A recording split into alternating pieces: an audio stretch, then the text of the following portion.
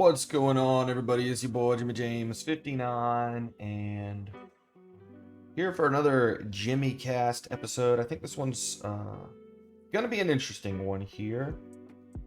We've been seeing over the last few weeks or so the Masters of Arena tournament. It was a really nice tournament, a lot of good games, and featuring Arena over and over again, right? And I don't think that the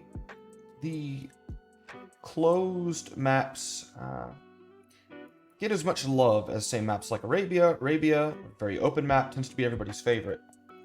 A map like Hideout, though, I've always thought's really interesting, and so I wanted to take a bit of time on the channel here to go ahead, watch a Hideout game, because, even though you start off with walls, because they're palisade walls, Hideout's one of those maps that's really interesting, because you have a pretty good chance of getting rushed on this map, and you also have a good chance of going up to feudal age. There's still a lot of strategies that I feel like are open on this map. I'm really interested to see more map types that were closed, but that started you off with much weaker walls, in fact. I think that'd be interesting. Hillfort's a little that way. You start off with fortified walls, I think. And you're on a hill, so it's a bit difficult to push.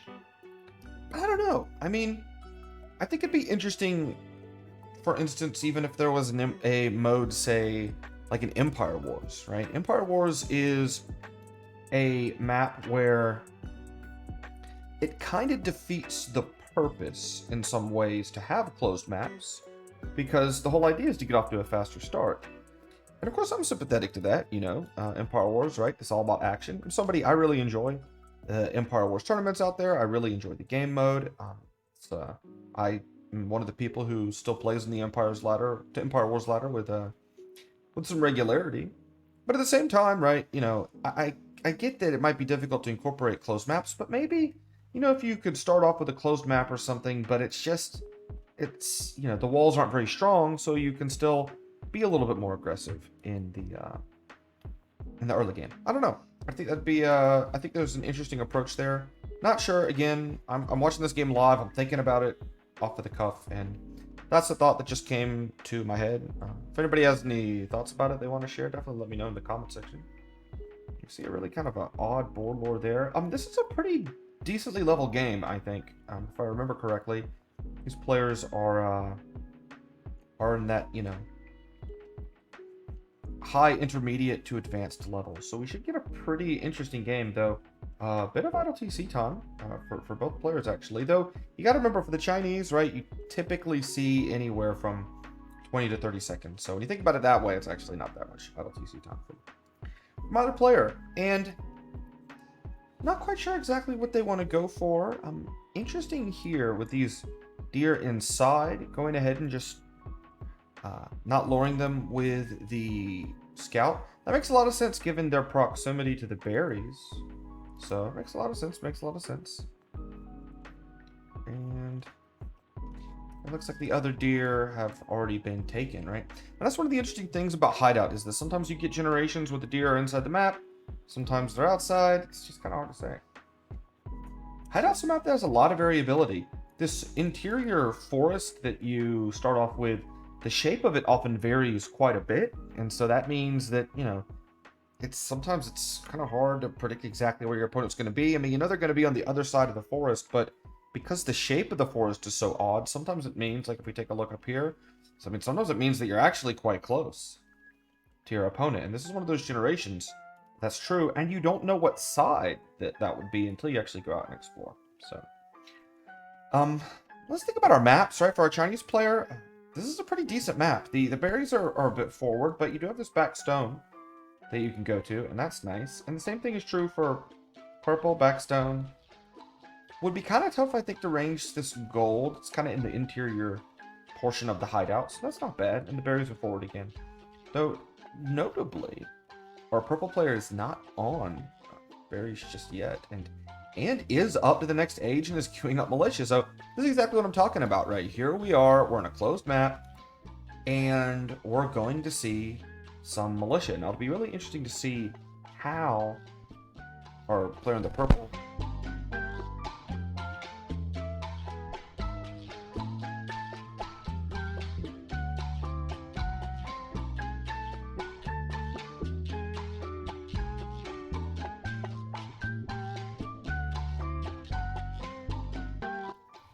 Okay. So yeah, so let's take a look at this. And it looks like we're going to see 2 villagers come forward. Okay, interesting, interesting. 2 villagers coming forward. We're going to see this militia. They're a little late. And I suppose we're going to see an archery range. Yep, okay. And this is kind of how you want to play it. These forwards on Arabia, you tend not to see nearly as much. But on a map like Hideout, you see this a lot more because this distance is kind of awkward to get to. And you want to put the pressure on. Because these walls are up, you need more time to put the pressure on. And so now we see our blue player who is under pressure. A bit later to the next stage. Looks like they're... I don't know. Yeah, looks like could be going for some kind of a... Well, we'll see if they go fast castle. They might have the resources to do it.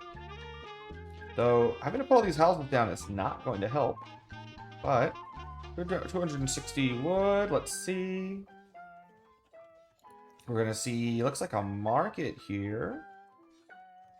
And we're going to see market blacksmith. That's the question. Probably. I would imagine we would. We could see market stable. You see that sometimes on arena.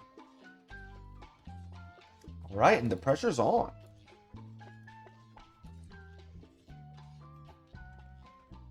Classic men-at-arms forgetting to click men-at-arms. A little bit of chatting there.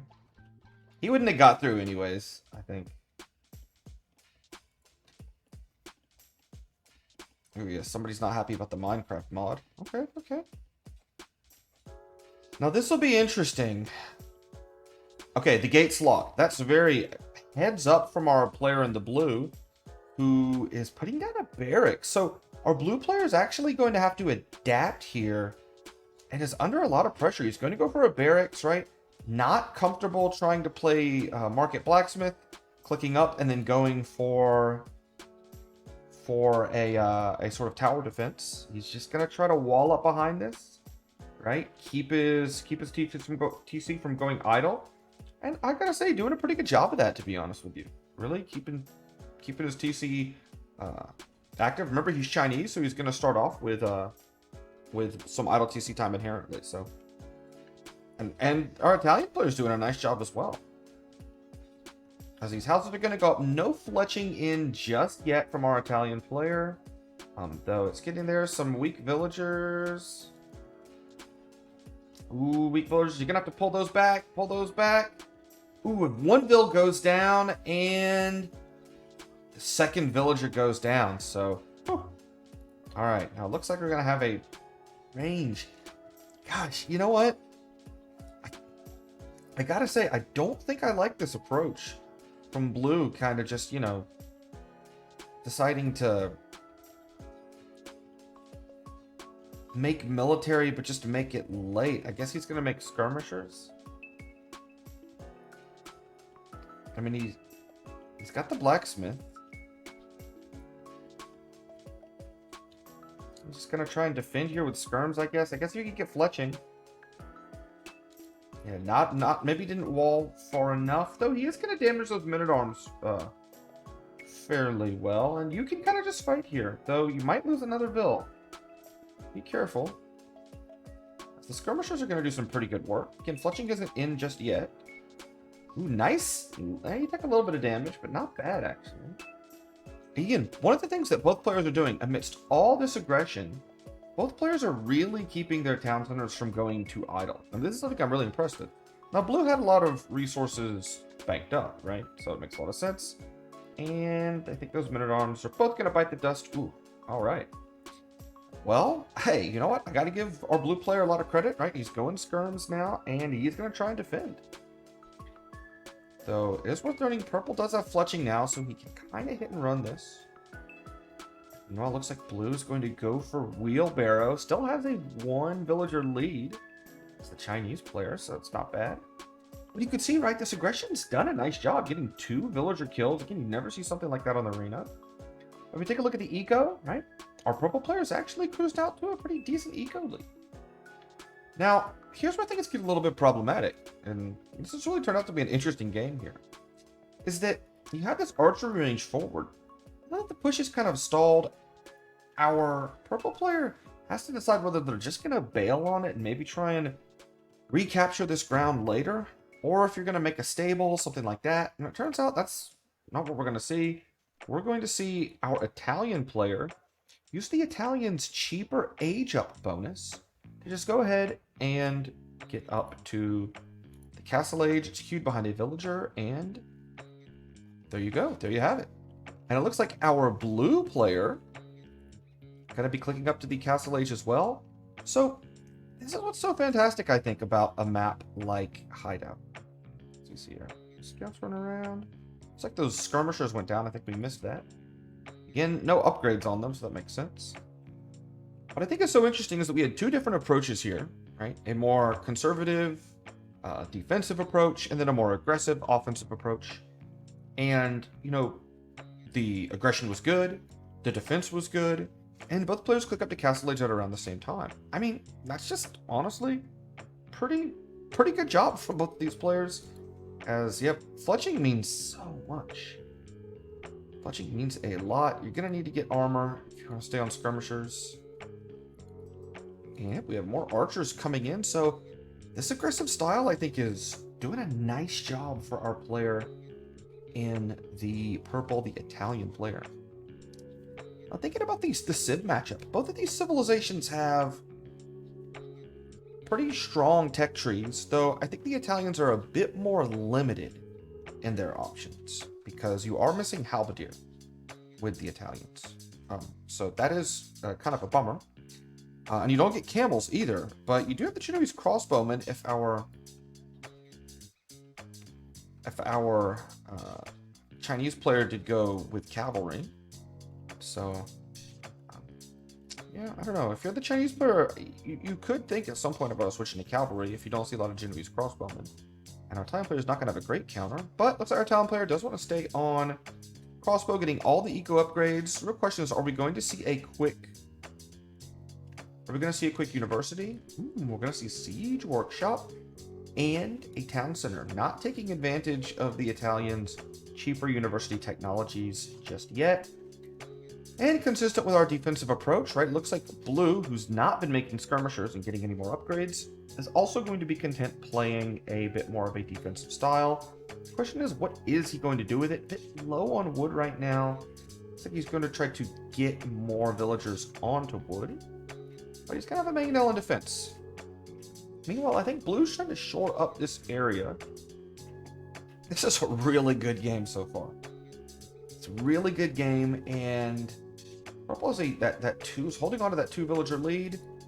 Our player in the okay,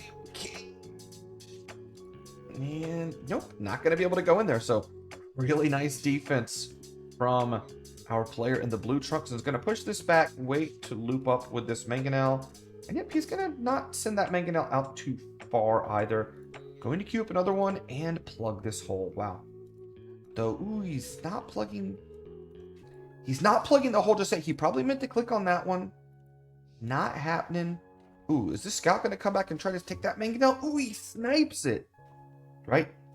Anytime as the offensive player, right, you're losing mangonels, this is really tough because you have to wait a bit longer to make that push. And now, as we're going to see, this mangonel, nope, the villager's going to be able to repair. Eating an archer. I think he's going to probably get the click here. Ooh, accidentally mangonel's his own scout. It's a nice attempt. We've all been there. Can't be too judgmental. Yeah, he acknowledges it. He acknowledges it. And his house is going to go up, but is a vill going to be lost? This is a really low HP villager. And, ooh, okay. So, our purple player is already on 2 TCs and is extending a villager lead. However, our Chinese player is working on it and has a bit more a bit more wood, ready to possibly go for that 3rd one. He's going to try and plug this house up here. Okay. gonna try and get that house down as well. And now we have 2 mangonels, a third one coming in. So let's see what the defense looks like for our player in the purple. Oh, big shot. Massive shot. But ultimately, it winds up being a 1-for-1 trade. But blue still has a 2-to-1 mangonel advantage as our player in the purple is queuing up another one, building out that lead, right? Building out that lead. And also has that 6 on stone, which is very, very interesting. All right, looks like our blue player is going to queue up another mangonel. And you got to give our blue player credit. He has not let the town center go idle as we see a monastery come in. Is it possible that he goes for something like a redemption here? I don't know. If he wants to do that, he's going to need a lot more on gold, but he's now on 2 TC now, so maybe he'll start to catch up. And, oh, another mangonel. Looks like our purple player sees it and takes a little bit of a whack, but nothing too severe. Again, massive, massive defense here. As, ooh, just barely survives. And I think this mangonel is going to be recalled as 2 archers eat it. Yep. Repairers are going to come in. We're going to see another mangonel. Is purple going to realize it? He might be macroing at his base. Ooh, nice shot, nice shot. Not bad at all. Now, purple has a lot of stone. I'm sensing a castle could be on the way. Maybe there? I don't know. It's kind of... This is tough. Where do you put this castle? Honestly, maybe you put it... Honestly, maybe you play it safe. Just put it back here. Start thinning down that area. I mean, if you're blue, you're thinking you do have an eco lead. Ooh. Town center out here to control a little bit of space. A little bit of space. And it's going for the relic as well. I'm so impressed with blue and their macro behind this. This is not easy at all to do. Like, don't fool yourself. This is extremely difficult. Okay, now it's blue. He's just focused on this house. Realizes it a little late. Okay, takes a little bit of a shot there. Okay, and he's just trying to clear this up. Now, this is only a 6 villager lead now, and yep, the castle is going to come in. It's an okay castle. It doesn't do that much, though. That's one of the things about eating another mangonel. Oh, mango pops out. Blue just lost a ton of mangonels. This is a little better mangonel micro. He's going to take that one. Very good. And yeah, you're gonna have to, you can just move over to this side, right? Okay, purple's still on 2 TCs. Blue's gonna get this TC up, and I think we're gonna see a commitment to stone. Yep, okay, so we have a castle in. And the thing about our purple player, look at the amount of resources they have banked up. Again, utilizing the Italian civ bonus of cheaper age ups to their advantage. That's very smart, right? Very, very smart. Now, something that's worth noting here as... Ooh, nice shot from blue. Something that is worth noting here. When you go up to Imperial Age on 2 TCs, that is kind of a massive cut in build production, because when you're on 3 TCs, you can keep 2 town centers running. When you're on 2 TCs, you can only keep 1 running. So our blue player, who's on 3 TCs, should get out to a pretty decent lead here, sending a lot of wood for gold. Probably realizes with this castle here that he's going to have to do something. He's going to have to do something to get up to the next age, and I think right now what he wants to do is he wants to hunt these archers, as we do see the Italian player going for some knights. I like this a lot, though the monks are going to be there to defend. I like that just as much. Now, 1 mango goes down, but both knights are converted. Now, those knights, they don't really have any upgrades, so they can be thinned out pretty easily by these units here. And well, yep, more knights going down. And our blue player, right, who is not clicked up yet, but looks like they will soon, and is getting a castle. Tough castle, though. This castle could get trebbed down, as we're seeing, it looks like a light cav switch from our player in the purple. I gotta say, I do kind of like this. We'll have to see how our blue player responds, and our blue player is on the way up to Imperial Age. I mean, our Chinese player can respond with camels, though there's still a lot of crossbows here. So we could see getting into that unit composition, which I think really is the best unit composition for the Italians, is to go something like Arbalist and Hussar. That's the best you're going to see, I think. That's what you want to get to.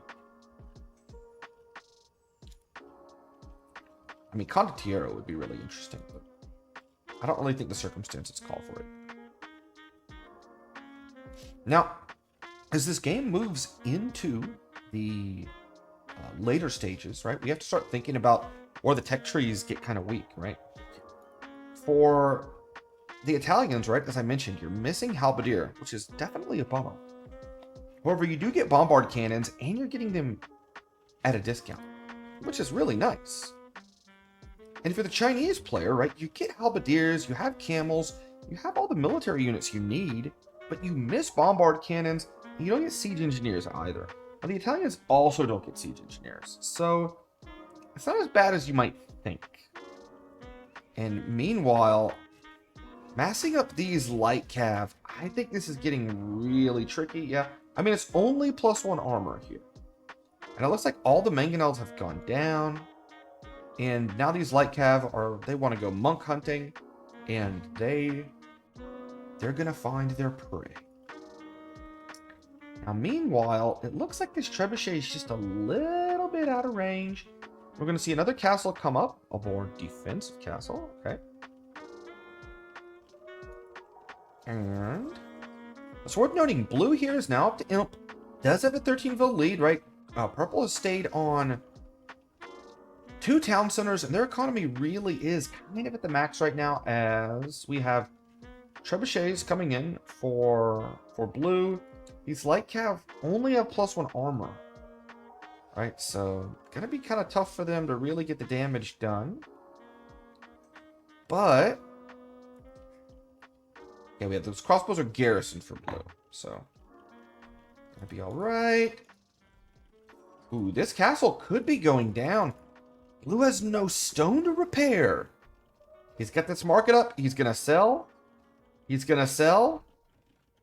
And he's going to try and keep this bad boy up, committing a lot of his economy to doing so. Is it going to be too little, too late? You're going to have to sell more resources. I think it's going to be too little, too late, folks.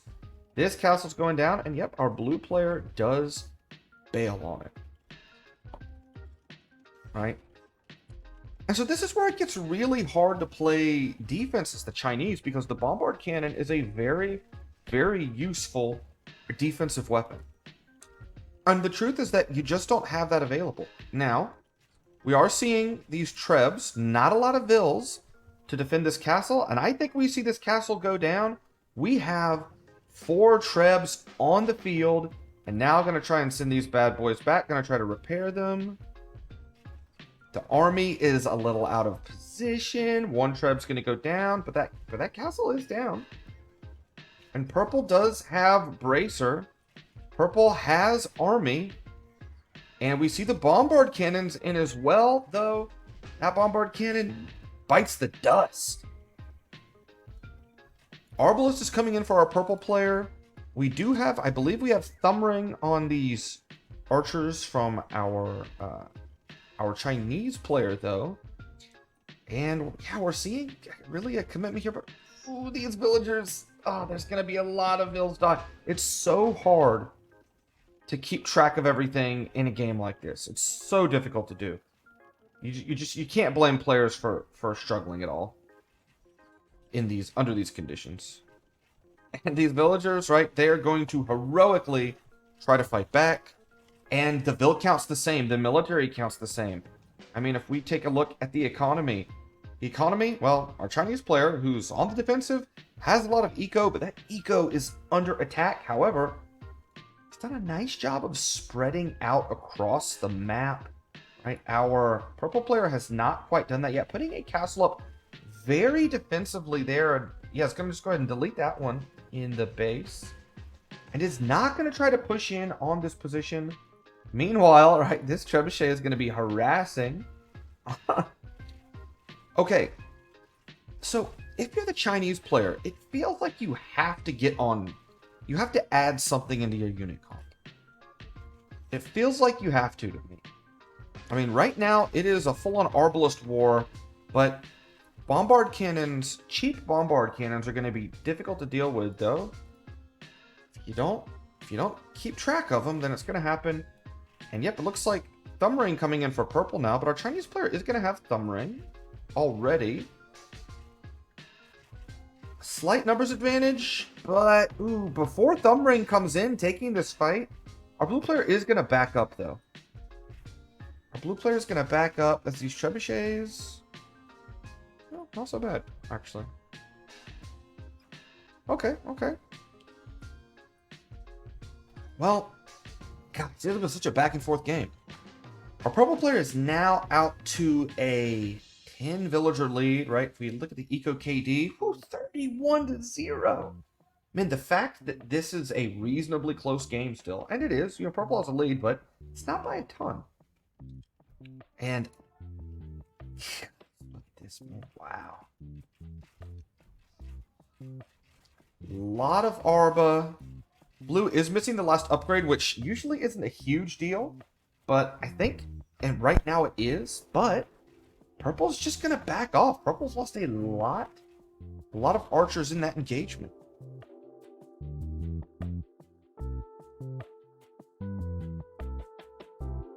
Man.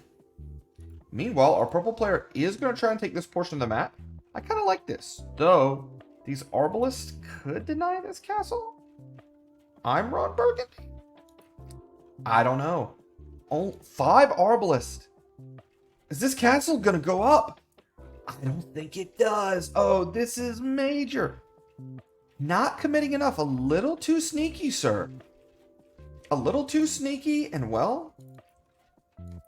What are the odds here? 28 for blue, 24 for our player in the purple. And elite skirmishers on the way. Okay, so if you're the blue player, you have to try to switch to something else. I mean, don't get me wrong, your economy feels stretched out at the max. You have so much wood. These are just farms that are waiting to be reborn or be born for the first time, and these fills are going to go away. They're going to go out here. And it looks like, yep, our blue player is thinking the exact same thing. Also wanting to go to Elite Skirmisher, though missing the last armor upgrade. Do they have a market? Not quite. 3 relics, though. It's a 3-0 relic lead, which is really, really good for our player in the blue. However, you're gonna have to get out of this place, though. He's hunting down. He is determined to hunt down that trebuchet. As our player in Pavisa gonna be getting an extra melee and pierce armor on those crossbows. I love this upgrade for the Italian player. This is still anybody's game. The score, it's incredibly close. As we're seeing this trebuchet getting some work in, but I don't think it's going to stay up for long.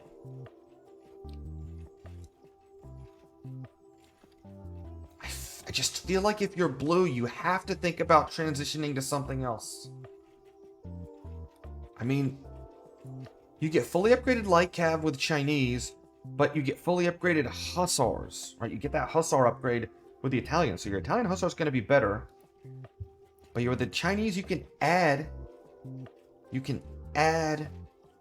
halbs. You could go camels, which if there's skirms in the field, might not be the worst play. And well, our Chinese player does have enough stone for another castle. Looks like we're seeing more archery ranges. And ooh, looks like we're seeing some camels here. Camels attacking villagers, though. We didn't even see this on this side. Now the action shifts. This is one of the crazy things about Hideout. We've been on this side this entire time, and now what are we doing? Now we're seeing a raid from the other side of the field. These bombard cannons. They're distracted. The army from purple is distracted. We have another town center, right? Yes, our purple player has a pretty major lead. However, now they're having to fight a battle on two fronts, and all of a sudden, the military. I mean, there is grape drink all over. Somebody spilled grape drink everywhere, folks. And now, like, some camels are going to come in, so we have those stables. This is such a good game. Purple has, who's been on two town centers this whole time. Purple has the Ville lead. Blue has the military lead. Populations are very, very, very similar here. And the siege ram is going to go in, probably going to try to get this bombard cannon. Ooh. And there you have it. Wow, 52-2 military lead. That's insane. But it's an army of skirmishers, so not a lot of offensive potential in this army. But we have 3 TCs that are spread very much across the map. These TCs in Blue's base, yeah, they're gone. Blue wants to get a TC up to take this position back. Meanwhile, right, some villagers getting killed. I mean, this camel has 6 kills. 7 kills now. And this base is kind of laid open bare. Though, I love the outposting from purple. Our purple player sees a lot of the map right now. A lot of the map. And honestly, I think our blue player, who has a lot of food, could be doing a bit more. Ooh, knights are coming in, armor's coming in. All right, so that attack. So our blue player, the great defender, and now is going to push this back, and you can see blue has a pretty sizable lead. But purple's got a counterattack left in. Purple has all of the armor upgrades, so those skirms are going to do virtually nothing. But the problem with purple is fighting a battle on 2 fronts. He's got the stone for another castle. But is he going to be able to place it somewhere to play defense? I mean, this skirmisher army is a fragile army, and Blue's gonna send them in. Blue's gonna send them in. We see squires. Condottieri? Are we going to see Condottieri on the battlefield?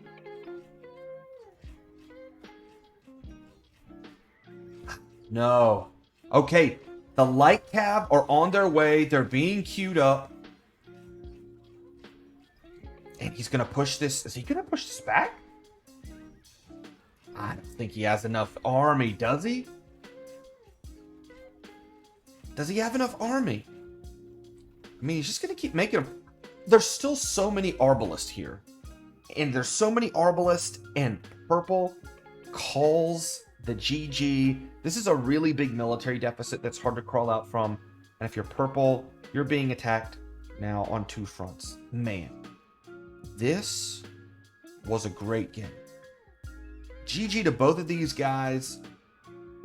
This is a game that looked like it could go either way up until the end. You have to think, if you just hold this army in reserve, let this position go, fight later. But then again, it's Chinese. Chinese have so many units. They could go halves. Oh, it's really tough.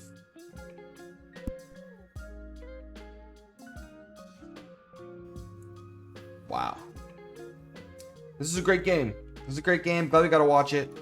I really enjoyed seeing it. Let's show you the stats, right? Take a look here. The score, very close until it broke right there at the end. Eco blue, more eco. Right? Pretty similar times, right? Purple did get up to a much higher villager count. Very interesting. And then the APM, of course. Yeah, really nice game. I hope you guys enjoyed this one. I certainly enjoyed watching it. And yep, hope to see you around next time. I have another video coming out on the channel this Saturday. You know what? Maybe I'll keep you in suspense with what Jimstradamus has got going on. But it's coming out on Saturday, so you'll just have to tune in, right? Definitely like and subscribe to the channel. Hit the notification bell. You do that on YouTube. Don't hit the Town Center bell. And AOE, not a good idea. But definitely hit the one for YouTube. And that being said, guys, I'll see you out there on the ladder. Peace.